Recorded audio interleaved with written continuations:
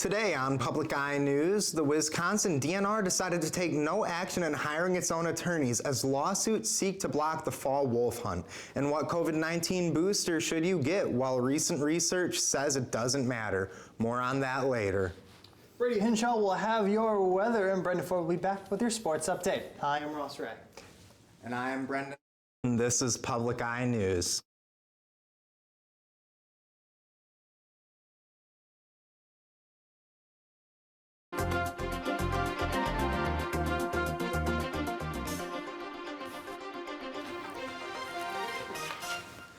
Members of Michigan's Redistricting Commission are urging residents to speak up about draft congressional and legislative maps. The first of 5 public hearings will be held Wednesday in Detroit. The panel wants feedback on maps it drew collaboratively, along with several more proposed by individual commissioners. The voter-created panel is responsible for the once-a-decade redistricting instead of the legislature, which controlled the process the last 2 decades. Public meetings also are scheduled for Thursday in Lansing, Friday in Grand Rapids, Monday in Gaylord, and next Tuesday in Flint. Students on Northern's campus are being encouraged to wear purple on Monday, October 25th, in order to recognize and raise awareness for the problem of domestic violence. This campus-wide event, organized by junior anthropology major Olivia Crandall, is taking place because October is Domestic Violence Awareness Month. Purple was chosen for recognizing domestic violence as a way to connect and unite individuals and organizations working on domestic violence issues. In Marquette, people experiencing domestic abuse are encouraged to seek resources and aid from the Women's Center in Marquette. The center serves not only cisgender women, but also men, women, and transgender individuals. According to their website, individuals seeking resources or help should contact the Women's Center at 906-225-1346. Michigan business groups are urging President Joe Biden to reconsider a plan to require most workers to get vaccinated or regularly tested for COVID-19, but say that if it is enacted, Governor Gretchen Whitmer should ensure related state rules are no stricter. The Michigan Chamber of Commerce and 6 local chambers raised a host of concerns and questions over the pending federal mandate Monday. It will apply to all employers with at least 100 employees. Business officials cite the cost and the logistical challenge of checking workers' vaccination status and test results at a time staffing is limited. The Wisconsin Department of Natural Resources Policy Board has decided to take no action and hire its own attorneys as lawsuits seeking to block the fall wolf hunt have been placed at their feet. The board's earlier decision in August, which has set the quota for 300 wolves during the fall season, angered conservationists and American Indian tribes who were concerned that the wolf population was too weak after the late winter hunt. A hearing for a state lawsuit filed by a Wildlife Advocacy Coalition is set for this Thursday, and a hearing for a federal lawsuit filed by 6 Native tribes is set for October 29th.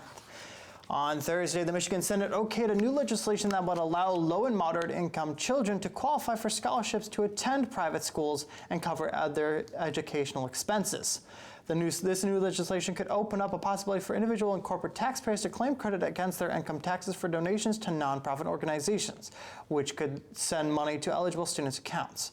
Although the legislation is likely to be viewed by Governor Whitmer as it's considered a voucher scheme. And all UP roadside parks that are operated by the Michigan Department of Transportation will be closed for the season on Tuesday, October 26th. All 32 parks close annually in late October and reopen in late April due to winter safety concerns. Southbound I-75 rest area just north of St. Ignace will also close for the season on December 1st. And after this break, we'll be back with your national and international news. Stay tuned. Everybody would brighten up because Penny came. In the meantime, she was getting what she wanted. I really wanted to be a trial lawyer. And I wanted to fight for the people, and I wanted to fight for the causes. It's not just the drama of going to court and objecting and winning or losing. It's really managing people's lives when they get into difficulty or trouble. Tonight at 10:30. Welcome back. Attorneys resumed questioning potential jurors Tuesday in the trial of 3 white men charged with chasing and killing Ahmaud Arbery following a slow start and some admonishment from the judge to speed things along. The fatal shooting of Arbery on a residential street outside the port city of Brunswick on February 23, 2020, sparked a national outcry after a cell phone video of the killing leaked online 2 months later.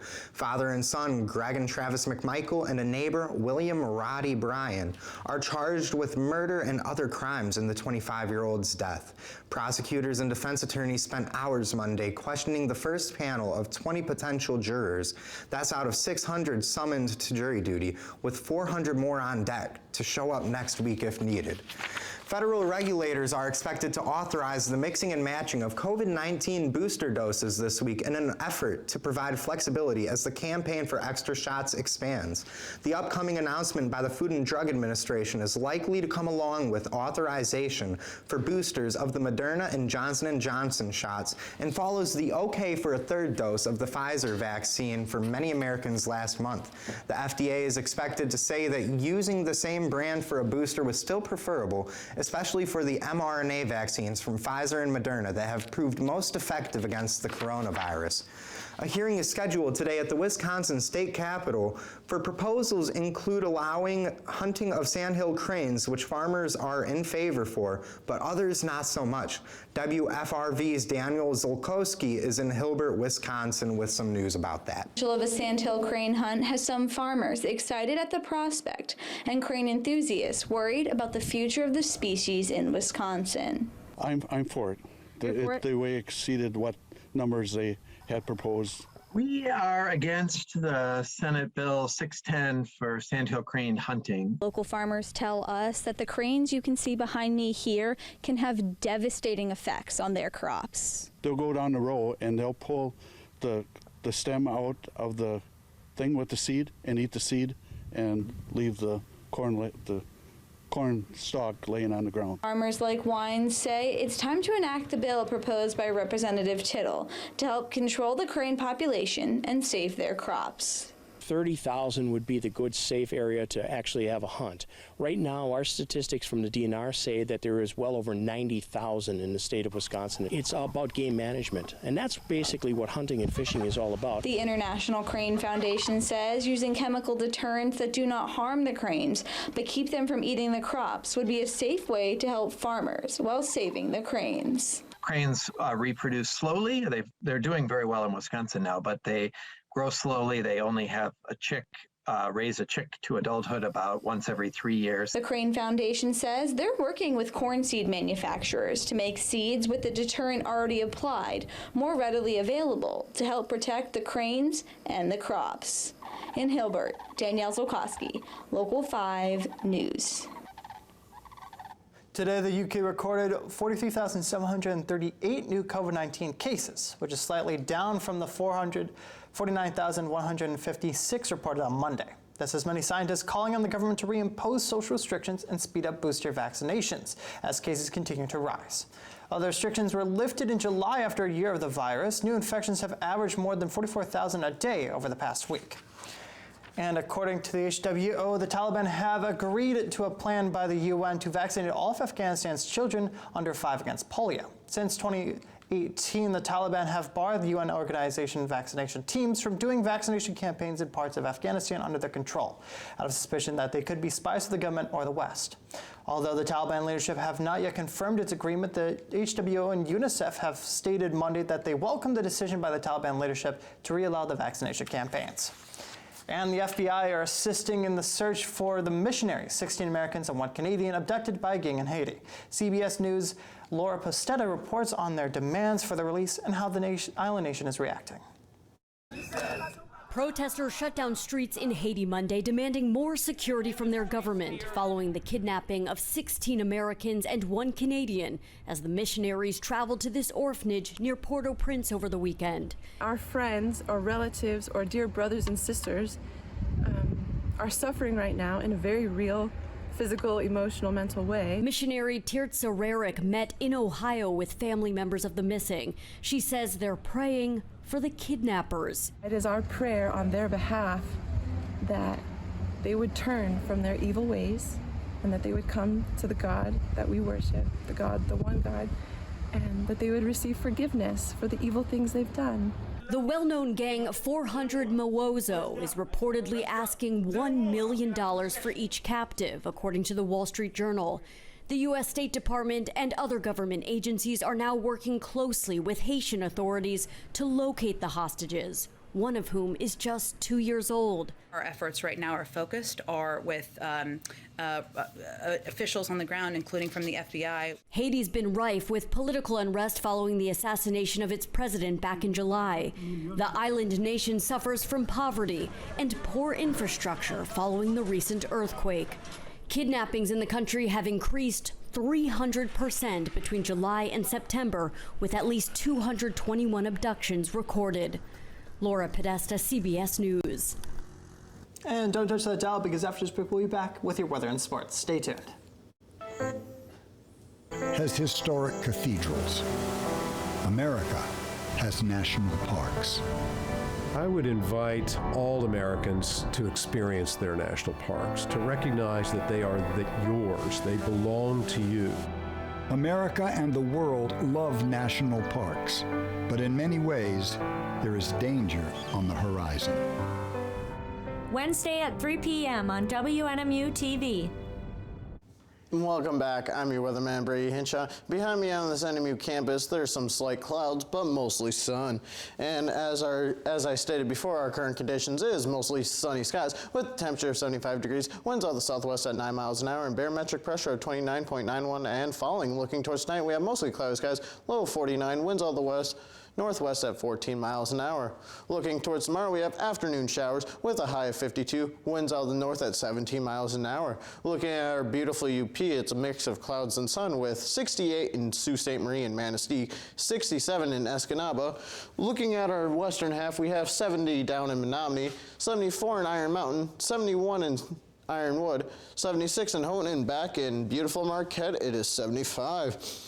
Thursday, a high of 47, low of 38 with mostly cloudy skies. Friday, a high of 46 and a low of 39 with some showers.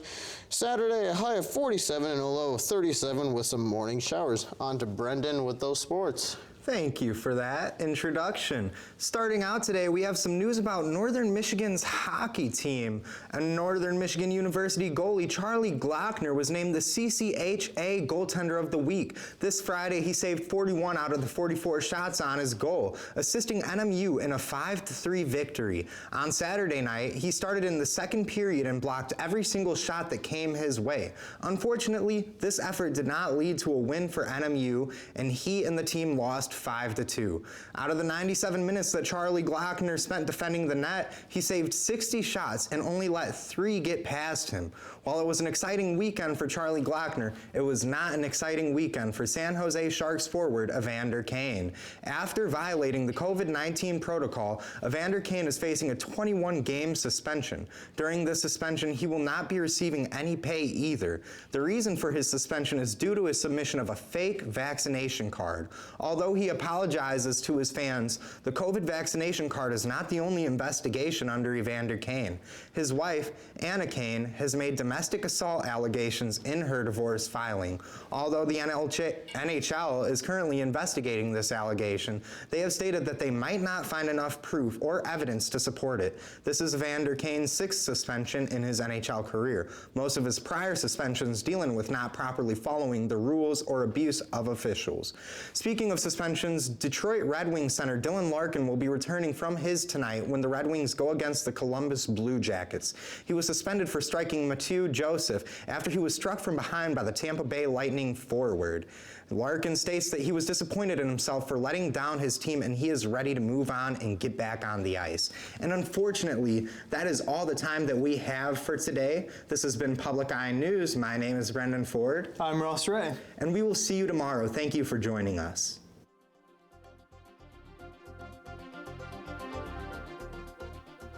The preceding program was produced by WNMU TV, Northern Michigan University Public Television, in studios located in Elizabeth and Edgar Hardin Hall.